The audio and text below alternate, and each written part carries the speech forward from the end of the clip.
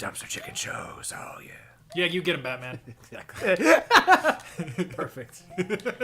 So we were talking about... Fuck! God damn! I'll get this by this freaking level eventually. Ugh! Alright. So where we left off, we were talking about like soundtracks and At least shit. you had a checkpoint. Yes, this is true. Okay. Until I die. Soundtracks, yeah. It's funny you say that, because like I had the Majora's Mask soundtrack and Mario 64 and I think that's it. Those were like the big ones that I had, and like I would order them from the like Nintendo Power magazines and shit back then. And like, God, did I love listening to them.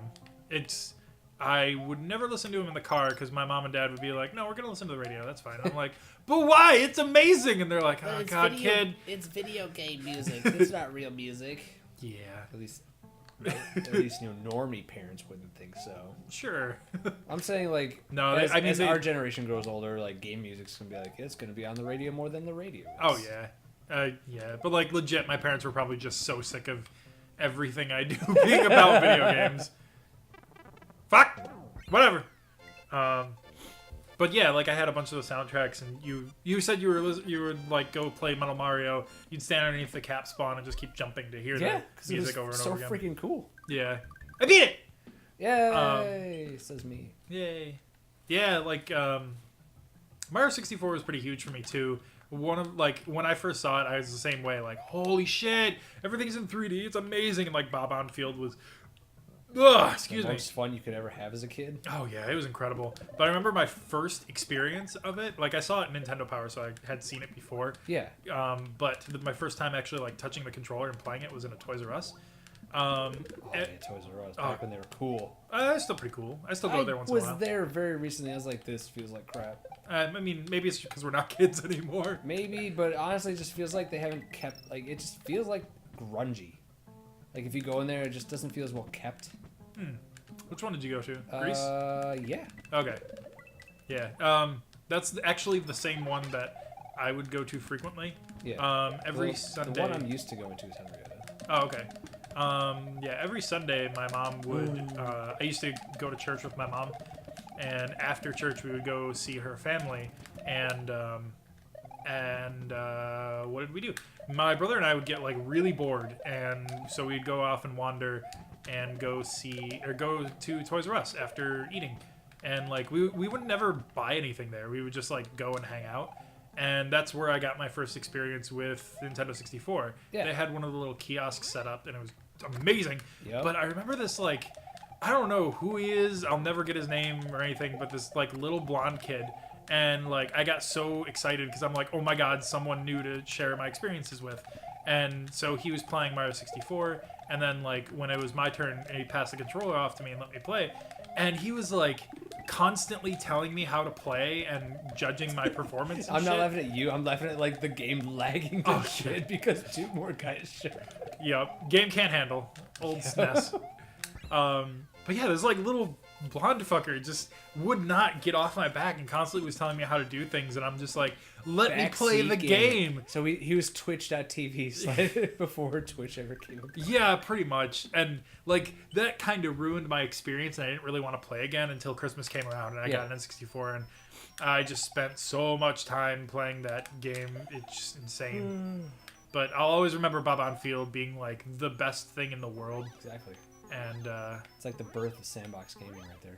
Yeah, and I'm not really even a fan of sandbox gaming, but goddamn, do I love that. Oh my god! I missed. Did it. Yeah. Sure. Goddamn. Walls are hard. Can you walk through a door? Nope. But yeah, Mario 64 was always a huge thing, and like fucking all those games back then were just so good. I remember there was one year that my brother and I got a my dad loves the 49ers, and for his birthday one year we bought him this like, I think it was called Penny Racers or something, and it was one of those games where you could like super customize the way your car looked for N64. Yeah. And it was super neat. So my brother and I spent like 4 or 5 hours for his birthday coloring one of the cars there on a game he would never play. Like the colors of the 49ers, and like drew the symbol and stuff. And we were like all super proud of it. And he was like, oh, you guys are so sweet. But then after we finished, the game was like, yeah, you need a memory card to save this. Oh my god, the freaking memory cards! Oh my god, it was the worst. Playing Bomberman 64, there was so much stuff like you could get for multiplayer in that game, but if you didn't have a memory card, which, well, spoiler, they cost money, and at the time, money was not accessible. Yeah, it was a thing where it's like, oh, you got all these things, but you can't keep them because you don't got a memory card. And I'm like, no, I want these things. Even though I never play the multiplayer version all that often, I just wanted to have them. Yeah. Collector at a young age. Yeah. God, Bomberman 64 has always been like one of my favorite games. And like, no one ever brings it up because people talk about classics all the time.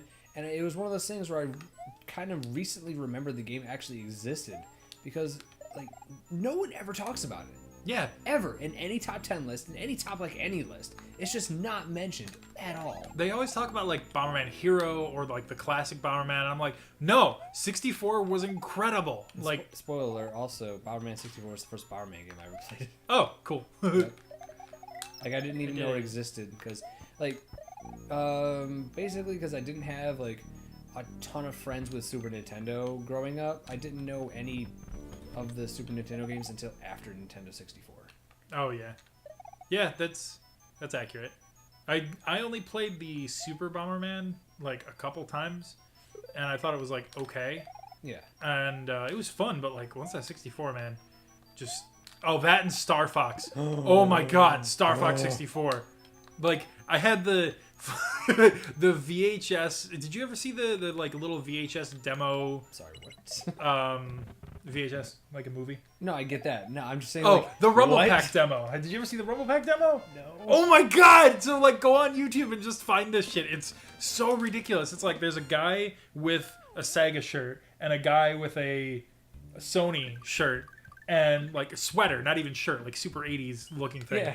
And like they go and they capture Mario, or no, they capture like a dude in a pilot suit who's like parachuting onto Nintendo headquarters, who's apparently playtesting the Rumble Pack for Nintendo 64, and like, holy crap, it's so Saturday morning cartoony and silly. I love it. Those like Nintendo Power VHS demo things, I love them so much, and like, yeah, it's I don't know, just go YouTube it. It's ridiculous, like.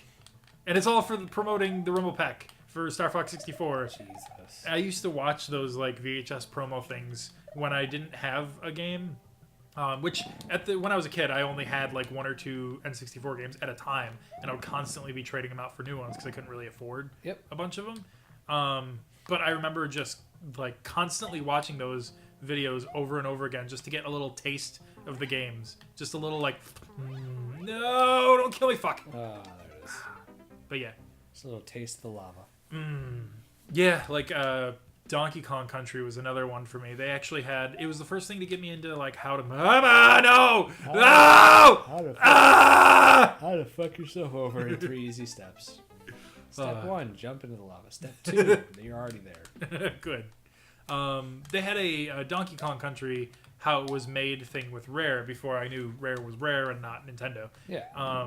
And they did, I'll always remember, like, there was this snow level that they did, and they explained in great detail how, like, the further you go on in the level, they had a layer of snow. And when you first start off the level, it was like 1 or 2 layers or something. Yeah. In the background, then the foreground, and then there was like 4 or 5 more layers added, and by the end of it, there were like 6 or 7 layers, one right after another, that were all dedicated to snow before you even hit like the game. And I was like, holy crap, this is how you make games. Oh my God, mom! Yeah. That's pretty cool. Yeah. So like those old VHSs, I would play the shit out of them when I couldn't play games. Good old VHS. Yeah. Good old Star Fox. Star Fox. Oh man. God, I love Star That Fox. was such a. I'm so sad that no Star Fox game at all, including, in my opinion, Star Fox Zero, has ever been able to just make something as good as Star Fox 64. True facts. We should talk about this more on the next episode. Why? We still got like 10 seconds. Yeah, it's okay. Okay, Star Fox Zero was better than Star Fox 64. What? Nailed it! Oh my god! Now you will have to find out. All right, bye. I was hanging out with one of my friends, and she was like, show me why the N64 is good. And I'm like, okay, first thing I grabbed was Star Fox 64. And I played